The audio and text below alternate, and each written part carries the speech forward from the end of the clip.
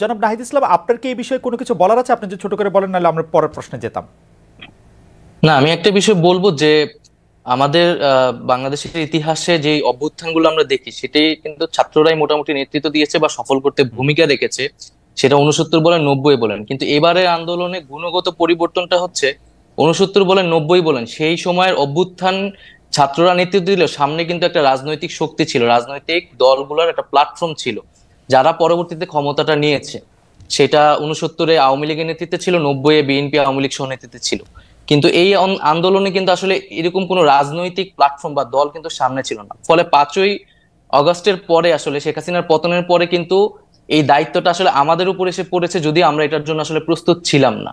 তো জনাব ইসলাম, আপনাকে কি একটা কথা বলতে পারি যে জি, একথা ঠিক, আপনার আন্দোলনের শেষ পর্যায়ে বা আন্দোলনের যেখানে নেতৃত্বের মাধ্যমে বা শেষ পর্যায়ে যেখান থেকে আসলে শেখ হাসিনাকে চলে যেতে হয়েছে, পালাতে হয়েছে বা এই সরকারকে ক্ষমতা ত্যাগ করতে হয়েছে, সেখানে আপনাদের ত্যাগটাই সবচেয়ে বড় ছিল, যেটিকে আসলে খুব ভালোভাবে এক বাক্যে বলা যায় যে একটাকে মারি একটাই মরে, আর কেউ নড়ে না সেখান থেকে। সেই জায়গায় আপনারা চলে গিয়েছিলেন। কিন্তু আপনারা কি মনে করেন না যে এই আন্দোলনটা আসলে জুলাই থেকে, জুন থেকে, কোটা থেকে আসলে শুরু হয় নাই? বিএনপির নেতাকর্মীরা বা জামায়াতের নেতাকর্মী বা বিরোধী দলের নেতাকর্মীরা, এমনকি বাম দলের নেতাকর্মীরা এই 15 বছর ধরে লাগাতার সংগ্রামের মধ্যে, আমি জানি না এনিবার বিরুদ্ধে কয়টি মামলা আছে, আমার কাছে মনে হয় সম্মিলিত না মামলা, না, সম্মিলিত অবশ্যই ত্যাগ, অবশ্যই। সেই ত্যাগটার কথা কি আপনারা আসলে স্বীকার করছেন? এখন তো মনে হচ্ছে যে মানে ব্যাপারটা হলো যে আমাদের এই পুরো আন্দোলন সংগ্রাম শুধু জুলাই মাস থেকেই শুরু হয়েছে, এরকম মনে হচ্ছে। ডক্টর ইউনূস বলছেন ছাত্ররা আমাকে ক্ষমতায় বসিয়েছেন, ওরা যা এটা বলবে সেটাই বলবে হবে। এটা কি আপনারা আসলে ব্যাপারটা কিভাবে দেখেন নাহিদ? না না, অবশ্যই। এটা তো বিগত 16 বছর, আমরা আরো বলি 111 থেকে যেই আমাদের বিরাজনীতিকরণ শুরু হয়েছে, সেই সেই সময় থেকে কিন্তু আমাদের এই রাজনৈতিক সংগ্রামটা, এবং আমাদের বিরোধী দলীয় নেতাকর্মীরা যেই আত্মত্যাগ করেছে, নির্যাতিত হয়েছে, এবং নির্যাতিত হওয়ার পরেও তারা বারবার মাঠে নেমেছে। তারা নামার কারণে কিন্তু একটা রাজনৈতিক পরিবেশ আমরা পেয়েছি, কথা বলার মিনিমাম পরিবেশ কিন্তু আমরা পেয়েছি, যেই রাইট। জায়গায় আমরা নেমে কথা বলতে পেরেছি। এবং এই অভ্যুত্থানেও আমরা সকল রাজনৈতিক দলের সেই ভূমিকাকে স্বীকার করি, এবং তারা ভ্যানগার্ডের মতো ছিল, গুলির সামনে ছিল।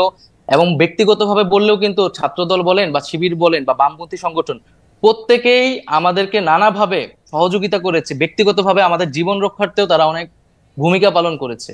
ওকে, আমার আজকে আমরা এমন একটা অবস্থায় দেশকে এরা নিয়ে গেছে যেখানে যেটা আমরা দেখছি, আমরা সারা বিশ্ব দেখছে, যে বাংলাদেশটা উন্নয়নের রোল মডেল হিসেবে স্থান করে নিয়েছিল বিশ্বব্যাপী। মানুষের জীবনে শান্তি ছিল, নিরাপত্তা ছিল, উন্নতি ছিল,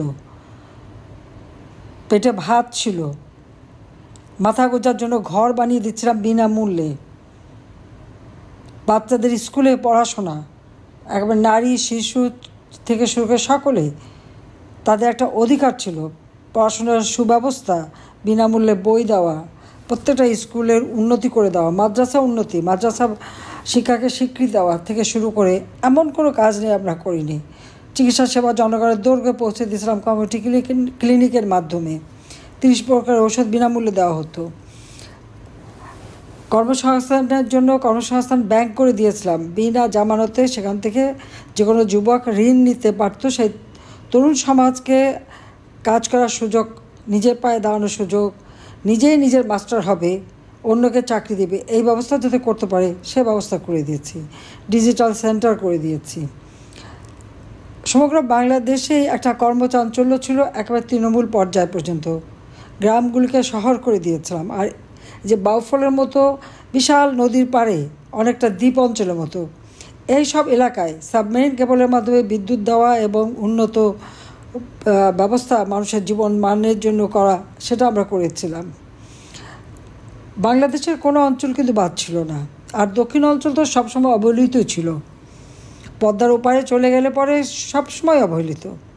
সেই অবহেলিত জনগোষ্ঠীকে একটা উন্নত জীবন আমরা দিয়েছি।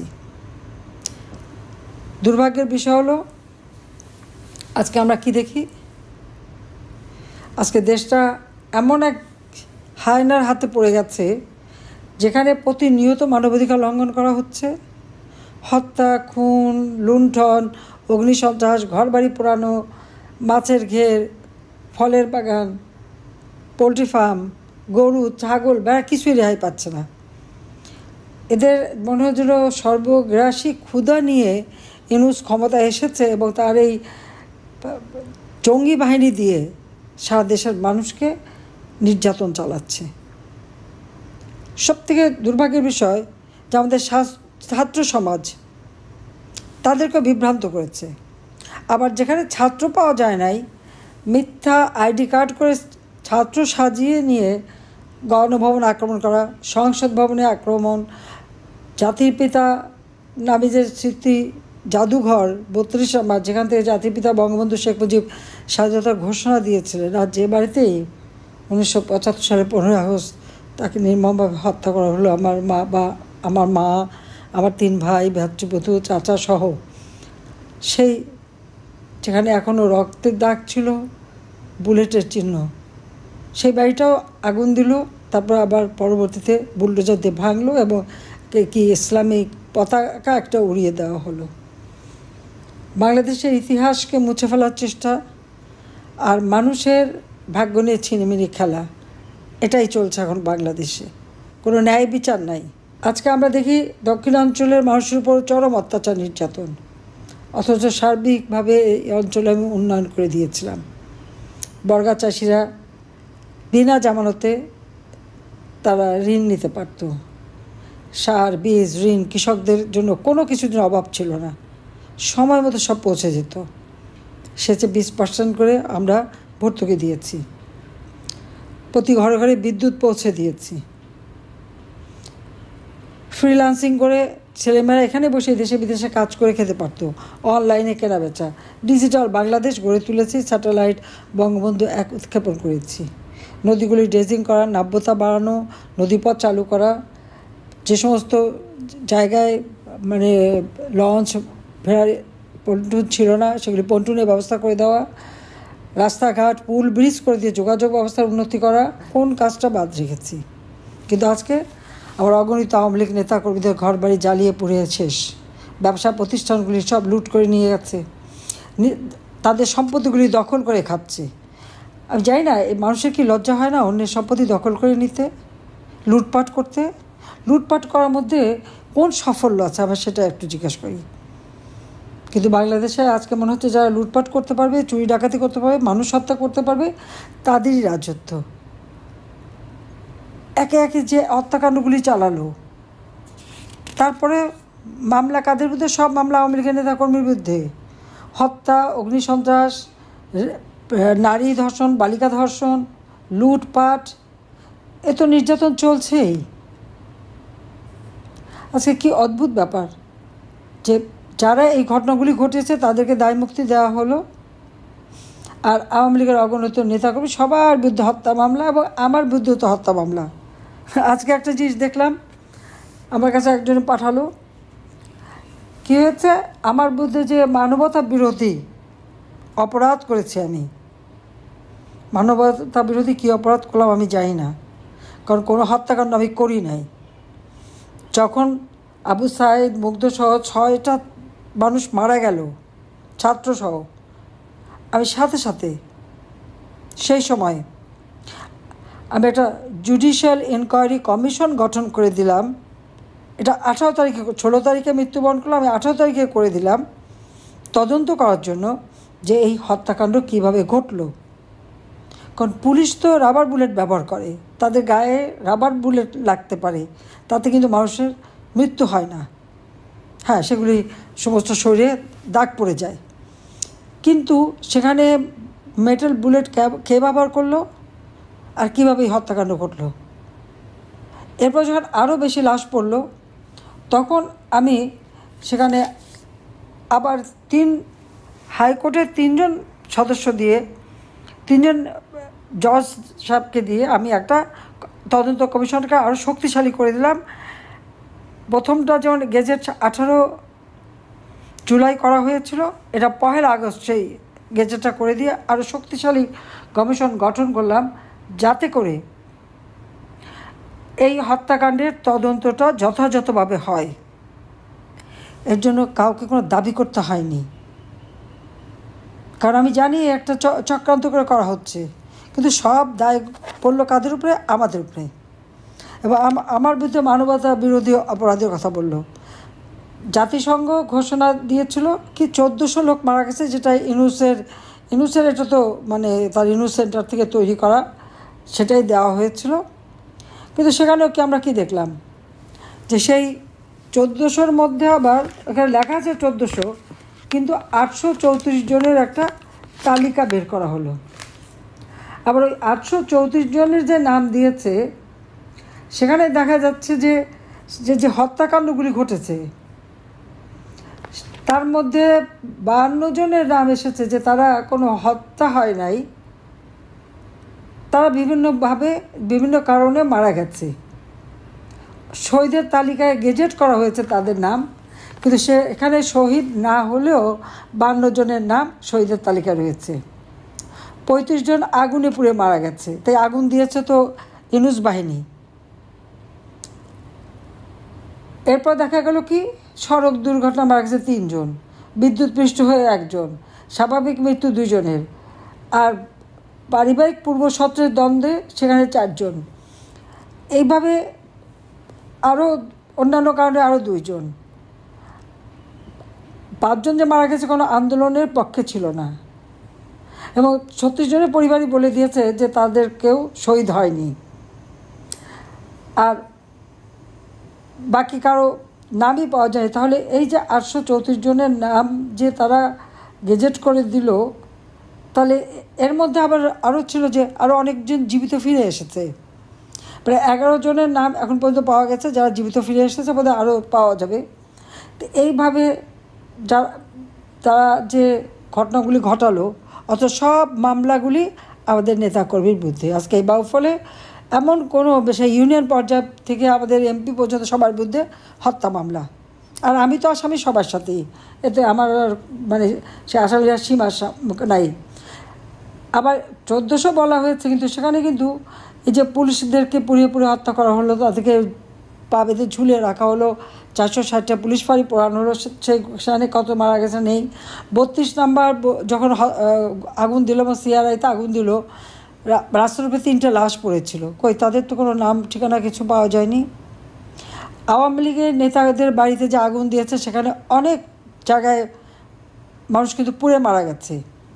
বরিশালে 3 জন মারা গেল, সিরাজগঞ্জে 5 জন মারা গেল, এরকম বহু জায়গায় সেগুলির কোনো হিসাব নেই। সাতক্ষীরাতে সব জায়গায় আগুন দিয়ে পুড়ে পুড়ে মেরে ফেলে দিল, কিন্তু তাদের কোনো হিসাব নেই, তারা শহীদের তালিকায় জায়গা পায়নি। তাহলে এই প্রশ্ন হলো যে এই যে তারা মানে মানবতা বিরোধী বলে আমাদের বিরুদ্ধে মামলা দিচ্ছে, আর অপরদিকে দেখা যাচ্ছে যে তালিকা সেখানে যে মিথ্যা, একটা ঘটনা মিথ্যা হলে তো সমস্ত মামলাই শেষ হয়ে যায়। কিন্তু এই দেশে তো আইনের শাসন নাই। গোপালগঞ্জে সরাসরি গুলি, এবং সেখানে বলে দেওয়া হলো সরাসরি গুলি কর, কমান্ডিং অফিসার দিচ্ছে নির্দেশ। কেন? এটা প্রধান উপদেষ্টা ইউনূসের নির্দেশ, যে গুলি করে হত্যা করে তার ওই সন্ত্রাসী কয়েকটাকে উদ্ধার করার জন্য। তার 5 জনকে উদ্ধার করতে 5টা লাশ ফেললো, আর না হলেও প্রায় 50 জনকে আহত করলো, আর 51 জন গুম হয়ে গেছে। তাদের এখনও কোন জেলে রাখছে সেটাই খোঁজ পাওয়া যাচ্ছে না। ওই 5 জনকে উদ্ধার করতে কি মূল্যবান 5 জন তাদের, যাদের দুর্নীতি এখন সব দেশে ছড়িয়ে পড়েছে। এরাই আসছে আজকে তাদের হিরো। অদ্ভুত একটা দেশ বাংলাদেশ। আপনারা একটা জিনিস লক্ষ্য করেন, নেপালে ইউনূসের 5 সদস্য গেল, 7 বর্ষ বিএনপির একজন, আগস্ট মাসে। এরপর নেপালে ওই ঘটনা ঘটলো। ওই 5 জনের খবরটা কী কারণ, কী করতে গিয়েছিল, কার এজেন্ট হয়ে গিয়েছিল, সেটাও একটা প্রশ্ন। কিন্তু নেপালে যখন এই অগ্নিসন্ত্রাস ঘটনা হলো এবং সেখানে প্রাইম মিনিস্টার যখন সরে গেল, যিনি প্রাইম মিনিস্টার হলেন তিনি প্রাইম মিনিস্টার হয়েই কিন্তু ঘোষণা দিলেন যারা পার্লামেন্টে আগুন দিয়েছে, প্রাইম মিনিস্টারের বাড়িতে আগুন দিয়েছে, ব্যাংকে এবং হাইকোর্টে আগুন দিয়েছে, এই অগ্নিসন্ত্রাস এবং হত্যাকাণ্ডে যারা জড়িত তাদের বিচার করবেন। আর সাথে সাথে নির্বাচনের তারিখ ঘোষণা করলেন। আসুন বাংলাদেশে 15ই জুলাই থেকে যাদেরকে হত্যা করা হয়েছে তারা কোনোদিন বিচার পাবে না।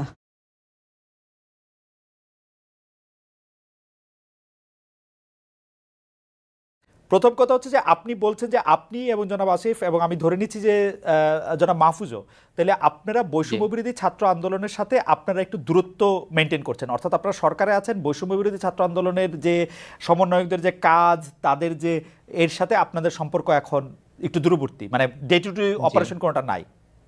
জি, আচ্ছা, মানে বৈষম্য বিরোধী ছাত্র আন্দোলন কোন সরকার দলীয় কিন্তু প্ল্যাটফর্ম না, আসলে এটি একটি স্বতন্ত্র প্ল্যাটফর্ম, অভ্যুত্থান নেতৃত্বদানকারী প্ল্যাটফর্ম এবং অভ্যুত্থানের আকাঙ্ক্ষা বাস্তবায়নে তারা কাজ করছে এবং খুব শীঘ্রই হয়তো বৈষম্য বিরোধী আন্দোলন পুনর্গঠিত হবে। সেখানে হয়তো আমরা তো থাকবো না, আমরা এখন থেকেই নাই, আমরা কিন্তু কোনো সাংগঠনিক কার্যক্রমে অংশগ্রহণ করছি না। কিন্তু জনাব নাহিদ ইসলাম, আপনি অনুষ্ঠান শুরুর আগে আমি আর এনি ভাই আলোচনা করছিলাম আপনার সাথে, আপনি এখনো মাত্রই শিক্ষা জীবন হয়তো আপনার শেষের পথে বা শেষ আপনি করছেন, মানে আপনি যদি আরো বেশি পড়াশোনা করেন সেটা তো আপনি করতেই পারবেন, কিন্তু তাহলে আপনার বা আসিফ মাহমুদের বা জনাব মাহফুজের, জনাব আসিফ মাহমুদের তাদের ভবিষ্যৎ কি? মানে তারা আপনারা কি করবেন? মানে আপনারা তো রাজনীতিই করবেন, তাই না? মানে আপনারা তো চাকরি বাকরি করতে পারবেন না, পারবেন কি? জানি না চাকরি বাকরি করতে পারবো কিনা। আমরা দেখেন, আমার ব্যক্তিগতভাবে আমি কিন্তু রাজনৈতিক আকাঙ্ক্ষা ছিল দেখে আমরা ছাত্র সংগঠন গড়ে তুলেছি এবং ক্যাম্পাসে কাজ করেছি, ফলে সেই রাজনৈতিক আকাঙ্ক্ষা কিন্তু আমাদের আছে। তবে রাজনীতি কিন্তু কোনো একক সিদ্ধান্ত নয়, আমি ব্যক্তিগতভাবে কোনো সিদ্ধান্ত নিতে পারি না। আমরা এখন রাজনৈতিক দলকে কোনো প্রাধান্য দিচ্ছি না, এটি আমাদের মানে কোনো কাজ না। আমাদের এখন প্রধান কাজ হচ্ছে এই যে দেশ পুনর্গঠন, সরকারের থেকে এবং সরকারের বাইরে যারা আছে সকলে মিলে দেশ পুনর্গঠনে কাজ করে এবং সকলকে সহযোগিতা করে, আমরা সেটিকে সর্বাধিক গুরুত্ব দিচ্ছি। রাষ্ট্র সংস্কারে যে কাজটাকে সফল করে আমরা যাতে গণতান্ত্রিক রূপান্তর করতে পারি। পরবর্তীতে আমাদের এই দায়িত্ব শেষ হলে, নির্বাচন আসলে সেই সময় আমরা হয়তো সেই বিষয়ে একটা সিদ্ধান্ত নিব, কিন্তু আমরা এই বিষয়ে এখন কোনো সিদ্ধান্ত নিচ্ছি না, সেই উদ্দেশ্যে কোনো কার্যক্রম করছি না।